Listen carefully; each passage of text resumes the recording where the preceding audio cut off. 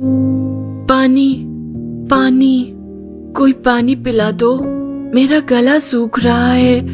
पानी, पानी। रानी 5 साल की एक बच्ची है और वो प्यास के कारण तड़प रही है। इतने में एक सूट बूट पहना आदमी वहाँ आया। क्या बात है बच्ची, तू इस तरह यहाँ पड़ी हुई क्यों है? पानी पीना है, प्यास लगी है। पानी पीना है? अरे यहाँ पास ही में तो कुआं है, चल तुझे ले चलता हूँ। वो आदमी रानी को उठाकर कुएं के पास ले जाता है और कुएं से पानी उठाकर रानी को पिलाता है। पानी पीकर रानी की जान में जान आती है। आपका बहुत बहुत धन्यवाद जी, आपने दया करके मुझे पानी पिलाया। कोई बात नहीं। वैसे तेरा नाम क्या है और तू रहती कहाँ है? मेरा नाम रानी है, मैं बेलापुर की बस्ती में रहती हूँ। बेलापुर? वहाँ तो नीच जात के लोग रहते हैं। तूने मुझे पहले क्यों नहीं बताया कि तू नीच जात की है? तूने इस कुएं से पानी पीकर इस कुएं को गंदा कर दिया है। छे छे छे छे छे, गरीब भिखारी कहीं की। ये बोलकर उस आदमी ने रानी को एक थप्पड़ मारा। रानी रोने लगी। आपने मुझे क्यों मारा साहब? सिर्फ पानी ही तो पिया है, पानी का भी ऊंच नीच होता है क्या? अच्छा, एक तो गलती करती है और ऊपर से जबान भी चलाती है। रुक जा। उस आदमी ने कुएं के पास रानी को एक रस्सी से बांध दिया। रानी रोने लगी, लेकिन एक गरीब बस्ती में रहने वाली नीच जात की बच्ची के आंसुओं की फिक्र भला किसे है? उधर बेलापुर की बस्ती में शाम होने को आई।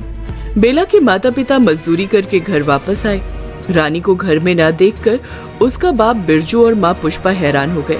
पुष्पा, रानी कहाँ है? अभी तक घर नहीं आई क्या? वही तो मैं भी सोच रही हूँ जी, क्या हुआ हमारी बेटी को? दोनों बहुत चिंता में पड़ गए। बिरजू और पुष्पा दोनों हर सुबह मजदूरी करने चले जाते हैं। उसके बाद रानी बकरियों को चराने के लिए निकलती है और दोपहर तक घर लौट आती है। लेकिन आज उसके हाथ से एक बकरी छूट गई और उसे पकड़ने के लिए रानी दौड़ने लगी। रुक जाओ, अरे रुक जाओ, उधर मत जाओ, वो साहब लोगों का इलाका है। लेकिन बकरियों को इलाके के बारे में क्या ही पता था। वो उसी इलाके में घुस गई। दौड़ते दौड़ते रानी भी वहीं पर पहुंच गई। इतनी देर दौड़ने के बाद उसे बहुत जोर से प्यास लग गई और वो प्यास के मारे तड़पने लगी। यही थी रानी की गलती और उसी गलती का खामियाजा वो अभी भुगत रही है। एक पेड़ के साथ उसे बांध दिया गया। साहब, मुझे छोड़ दो साहब, मैंने आखिर किया क्या है? तूने जानबूझकर हमारे कुएं का पानी पिया है। मैंने मुखिया जी को बुलाया है, वो अभी आते ही होंगे। हे भगवान, आपने तो सभी के लिए एक ही धरती दी है। उस धरती में पानी भी सबके लिए है, तो फिर ये भेदभाव क्यों? तभी वहाँ पर मुखिया जी चले आए और कहा, अरे चुप कर छोटी जात की लड़की, बस्ती में रहकर भगवान का नाम मुंह में मत ले, शोभा नहीं देता। मुखिया जी मुझे छोड़ दीजिए, मेरे माँ बापू चिंता कर रहे होंगे। छोड़ दूं? अरे तूने हमारे कुएं को अपवित्र किया है, उसे ठीक तो करना पड़ेगा ना। मुखिया जी दानवों की तरह हंसने लगे। रानी डर के मारे चुप हो गई। उधर बिरजू और पुष्पा बहुत परेशान हो गए। दोनों ने पूरा गांव छान मारा लेकिन रानी नहीं मिली। तभी एक औरत दौड़ते हुए आई और पुष्पा से बोली, अरे पुष्पा, उधर देख तेरी बेटी ने क्या किया है। रानी, क्या किया है रानी ने? मैं तो उधर से आ रही थी और मैंने देखा। उस औरत ने पुष्पा को सब कुछ बता दिया। पुष्पा और बिरजू तुरंत दौड़ते हुए वहाँ पहुँच गए और मुखिया जी के पैर पकड़ लिए। मुखिया जी, माफ कर दीजिए मेरी बेटी को, उसे अभी समझ नहीं है। हाँ मुखिया जी, छोड़ दीजिए मेरी बेटी को, हमारी इकलौती बेटी है। और ये इस गांव का इकलौता कुआं है।